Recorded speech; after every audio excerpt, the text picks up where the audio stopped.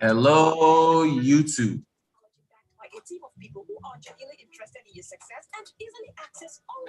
All right. Everybody's doing all right. Good morning, YouTube. How's everybody doing? Indeed. Still have my rose from yesterday. Also, my card from yesterday. I still have that too. That's still. Business Express. So we got too much happening on this. Yeah, let's do it.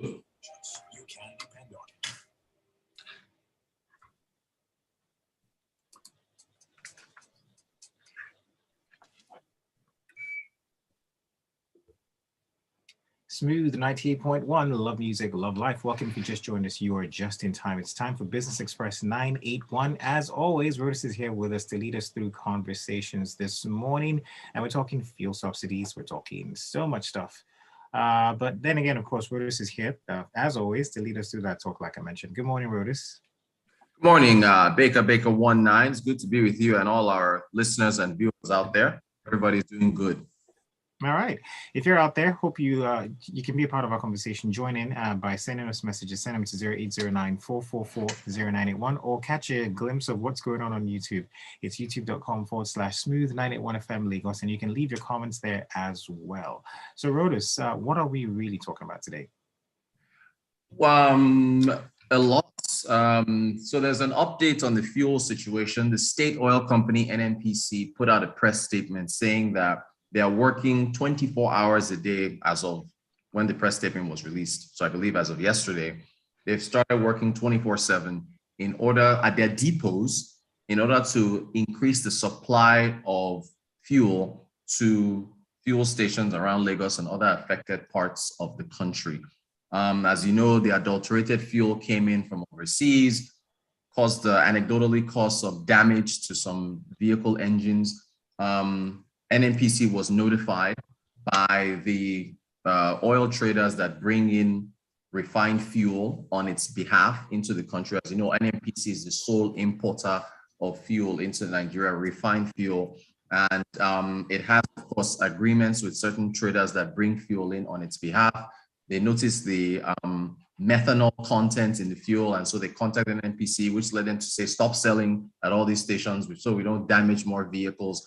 And that, of course, reduced the supply of fuel, which led to long lines of queues. And, you know, it's just, I haven't bought fuel since not this Sunday, the upper Sunday. And now I'm on empty now, and I need to refill as quickly as possible. So NNPC put out a press statement saying, reassuring the public that they've got, I think they said they have about 1 billion liters or so right now. They're getting an extra 2 or so billion liters that they will now disperse across the country, and they're saying they're working 24/7 overnight in order to get that from the fuel from the depots, and then from the depots the trucks are going to distribute them. Of course, you know that fuel travels by road. Over 98% of goods and services in this country moves by road, which is moves by road. So they're getting it as much as possible. So we'll see if within the time that they put out that press release, which was yesterday, but in the evening yesterday and now,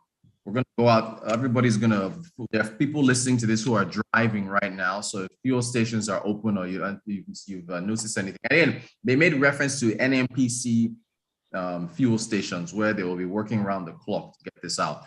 So we'll see this. I know my way here. Because I know on my way here, there were lots of long queues. I mean, I drove through 3 filling stations and the queues were still long, you know? So, I mean, hearing this, it might be a relief, it will be a relief for other people out there, you know, that's been struggling to get fuel for days. Imagine people park their cars overnight sometimes just because they want to get enough and then get to the office and, get about their regular businesses. So it's a huge challenge.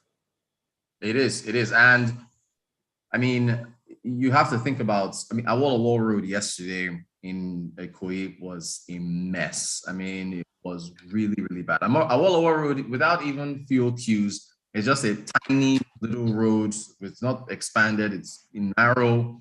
It has its issues. So when you've got, and there's like what, 1, 2, 3, 4, I think there's 5 or 6 fuel stations on Awolowo Road. So you can imagine what that can get like when it's, so it got really bad. So we'll see. What's one thing to put out a press release, it's another to act on that. So we have to see the lines reducing. We'll see how that works out.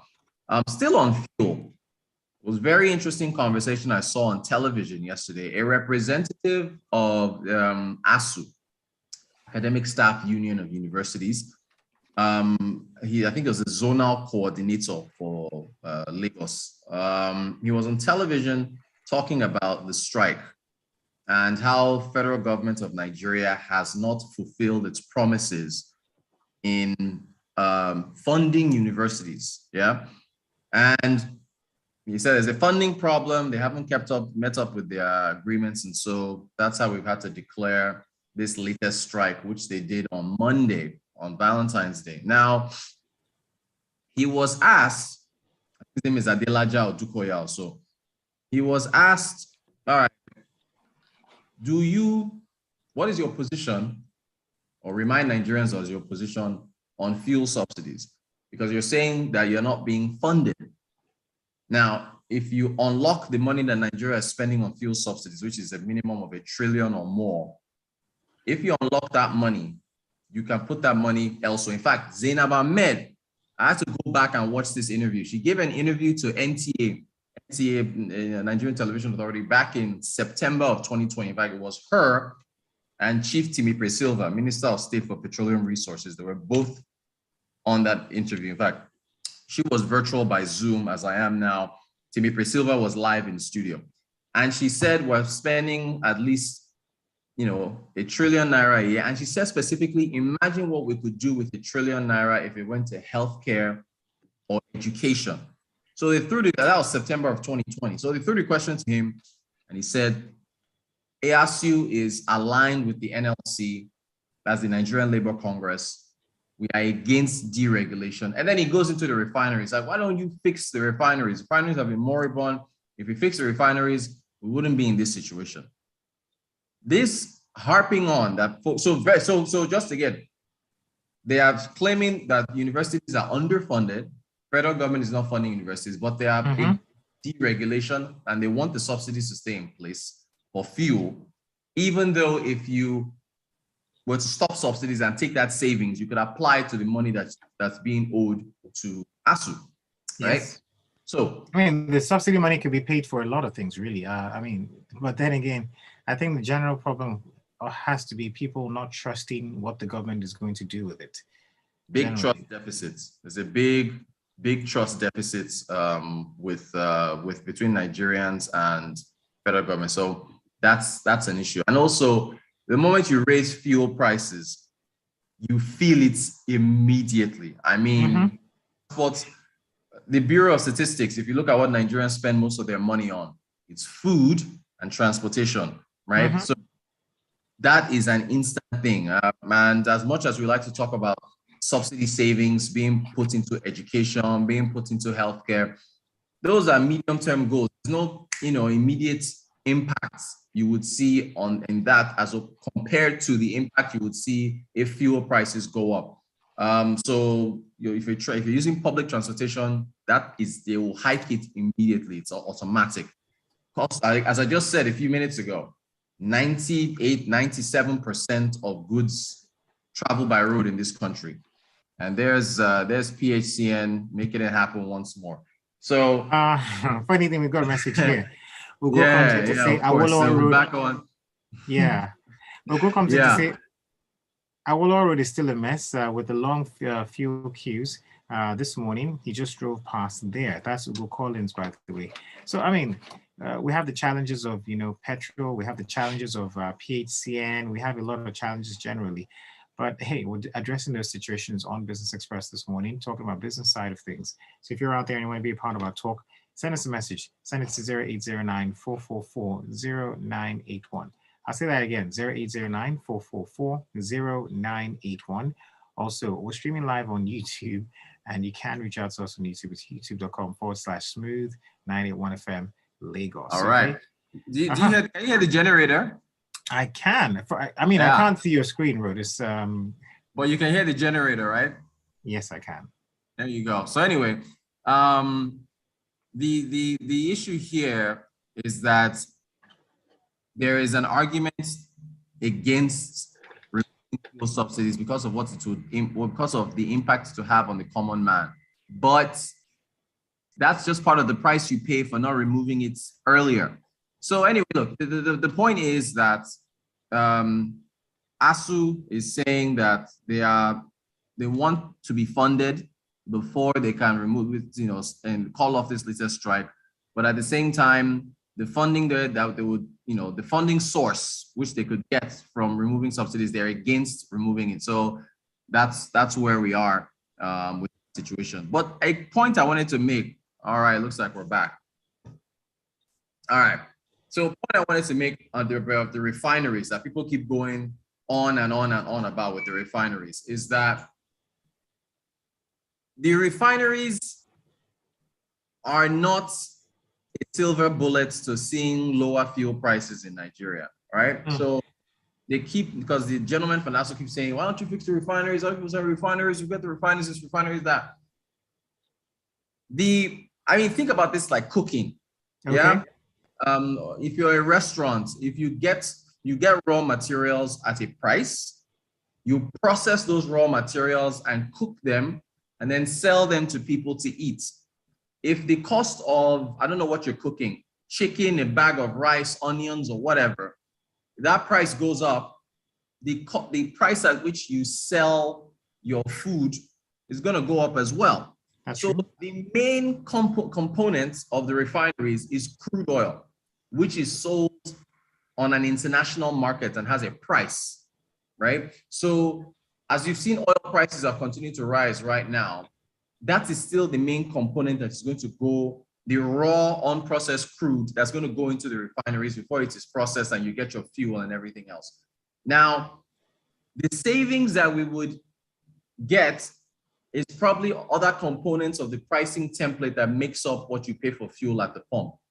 So maybe transportation costs of moving them around or freight charges or stuff like that. But generally, I think we should start getting Nigerians ready to know that you shouldn't expect, if the like Dangote refinery, now that's what everybody's waiting on. September, as partial operations will begin. To be honest, I think most Nigerians are waiting to hear that, okay, so these refineries are online, and now as opposed to buying petrol for the amount we buy it, maybe they want to buy it at much, much less, say even 150 or something, you know? Yeah, so that's not, you know, you shouldn't think that, because it is determined by the international price of crude oil.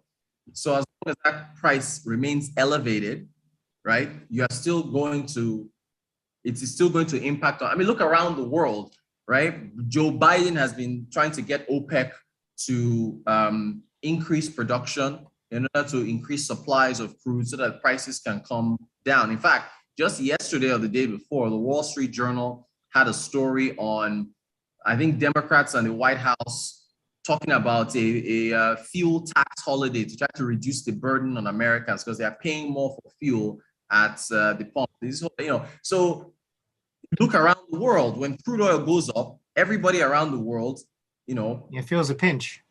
Yeah, you feel it. So there will be savings with refineries. Don't get me wrong. There will be savings, but you cannot expect to be paying less than everybody else simply because you have refineries. So that's just something to keep in mind.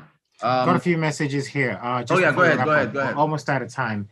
This one here says the citizens do not trust the government. Subsidies should have been removed since 2015 when the government back then had so much support from the people. Times are hard at the moment, so it will be difficult to do that now. This is Dapo. Benga Kamo comes in to say NNPC may be trying, but we are not seeing it on the streets. Queues everywhere. They should get on the case of fuel stations who are hoarding it. And Dickball comes in to say, I've always said deregulation and give subsidy means different thing entirely. You can deregulate and still give subsidy. Accountability is the main key point here. The problem is price legislation. Give subsidy only through electronic channels, not by price legislation. Encouraging petroleum marketers to divert subsidized petroleum products into borders which much higher prices I'm guessing you want to say which sell much higher prices for petroleum products. And final message here as well from the engineer. The engineer O'Rise says the issue is trust. The government say our daily consumption is 40 million liters, and we had 100 million liters of adulterated fuel. So why the scarcity? We should have the scarcity last. We shouldn't have the scarcity last this long, because 100 million can cater for only 3 days. The subsidy has so much corruption in it and has to go. Rotus, come to Papa and buy fuel. There are no queues here. All right, so that's yeah. So those are the messages. That's a long journey, but in fact, my tank will be empty by the time I get back here. But thank you to everybody that sent messages. Very quickly, Kayode, I know we're out of time, but inflation figures were released yesterday for January 2022.